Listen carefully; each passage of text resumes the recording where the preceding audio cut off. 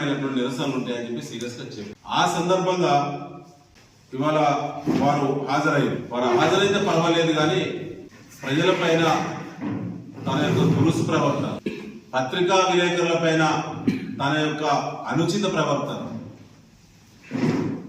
సరైనది కాదు. మాధురెడ్డి గారు ప్రజాస్వామ్యంలో నేను కూడా ఎమ్మెల్యే చేశాను. ప్రజలకు కూడా హక్కులు ఉన్నాయి, ప్రెస్ కూడా హక్కులు ఉన్నాయి.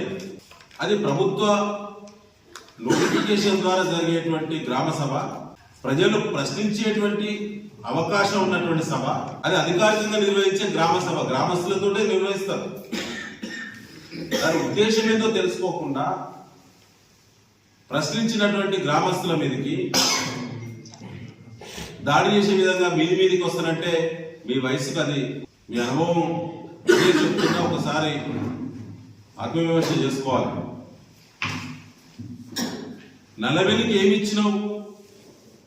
ప్రజల మీదకి ఉరికి రావడానికి ప్రశ్నిస్తే మీదికి వస్తావా? వేదిక దిగి అవసరమా? వందలాది పోలీసులు, వరంగల్ జిల్లా పోలీస్ అంతా వాళ్ళ నల్లవెల్లి ఉన్నది. వరంగల్ జిల్లా పోలీస్ మొత్తం, ఇక పోలీస్ కమిషనర్ గారు తప్ప అందరు అధికారులు నల్లవెల్లి ఉన్నారు. అందరు ఏసీపీలు ఉన్నారు, సిఐలు ఉన్నారు, ఎస్ఐలు ఉన్నారు, స్పెషల్ జనాలు ఉన్నది 200 మంది, పోలీసులు ఉన్నది 100 మంది. అలా ఇద్దరి మధ్యలో ఒకరు మొత్తం ఊరు చుట్టూ బారికేడింగ్ చేయాలి, ఊరు చుట్టూ చెక్ పోస్టులే.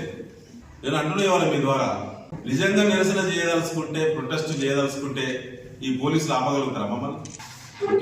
మంచి ముఖ్యమంత్రులనే టార్గెట్ చేసి నిలబెట్టేది, ఆపేది వాళ్ళు లేని ఆలోచనలు కల్పిస్తున్నారు. సాదాసీదా నిన్న మామూలుగా గ్రామ సభకు వస్తే ఎవరన్నా అందులో మండలం అంతా రావాలి అంటేనే లొల్లి, వాటికనే మంది భాగాలు, ఎనికేడు గుర్రాలు ముందేడు గుర్రాలు లెక్క ఎవరినో పట్టుకొచ్చుకున్నారు. మళ్ళీ మొత్తం నియోజకవర్గం. నేను ఇవాళ మీ ద్వారా నేను డిమాండ్ చేస్తున్నా, పోలీస్ అధికారులారా, ఇవాళ నల్లబెల్లికి గ్రామ సభ ఉద్దేశాలను దెబ్బతీసేటువంటి ప్రయత్నం చేసినటువంటి మిగతా వాళ్ళు ఎవరైతే కాంగ్రెస్ పార్టీ నాయకులు తనతో వచ్చిన వాళ్ళనో వాళ్ళ పైన చట్టరీత్యా చర్యలు తీసుకోవాల్సిందే. అది బ్రోకెటింగ్.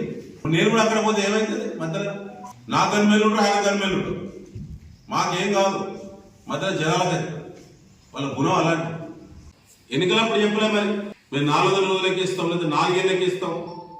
ఇలా ఇల్లాడితే ఏం చెప్తున్నాడు? పెద్ద మాయ, గ్రామ సభలు పెద్ద మాయ, స్థానిక ఎన్నికల స్టంట్ మాత్రమే. గ్రామ సభల షెడ్యూల్ వచ్చినప్పుడు చీఫ్ సెక్రటరీ గారు చాలా స్పష్టంగా సర్కులర్ ఇచ్చారు. లబ్ధిదారుల లిస్టును గ్రామ సభలో పెడతామన్నారు. వ్యవసాయ కూలి 12,000 పథకం గురించి కానీ, రైతు భరోసా గురించి కానీ, ఇండ్ల గురించి కానీ, రేషన్ కార్డుల గురించి కానీ. ఇవాళ ఏం పెడుతున్నారు? అరువుల జాబితా పెడుతున్నారు. అరువులు ఎంతమంది అని అది నువ్వే తేల్చి అంటే ఇప్పుడు అరువుల జాబితా పెడతారు, ఊరికి 200, 300. రేపు ఓట్లు పడిన తర్వాత మీ పార్టీ వాళ్ళు 5,000, 10,000 వసూలు చేసినటువంటి వాటికి మీరు ట్రిక్కులు పెడతారు. ఇది అలా మీరు చెప్పిళ్ళు, అలా పెట్టిళ్ళు, ఇలా చెప్పిళ్ళు పబ్లిక్ లో. అంటే ఈ ఎన్నికల తర్వాత కథమిగా మీ వైఖరి వల్ల నర్సంపేట 20 ఏళ్ళ వెనక్కి పోతుంది. ఈ ఆలోచనల ఫలితంగా ఇక నేను అడుగుతున్నా, 200 మంది పోలీసు వస్తే తప్ప నియోజకవర్గంలో తిరిగే పరిస్థితి లేదా? పోలీస్ డిపార్ట్మెంట్ నువ్వు నడిపినంత ఉత్సాహంగా, చురుగ్గా మిగతా డిపార్ట్మెంట్లు ఎందుకు నడుపుతలేవు మాధురెడ్డి గారు? వ్యవసాయ శాఖ నడపంత ఉరికి రైతులు చాలా మంది ఎదురు చూస్తా ఉన్నారు. వాళ్ళు నల్లవెల్లికి వచ్చిండు. 2,000 మంది రైతులకు చెక్కులు బాగున్నారండి. ఇంకా ఈ ప్రభుత్వము నేను గతంలో మంజూరు ఇచ్చిన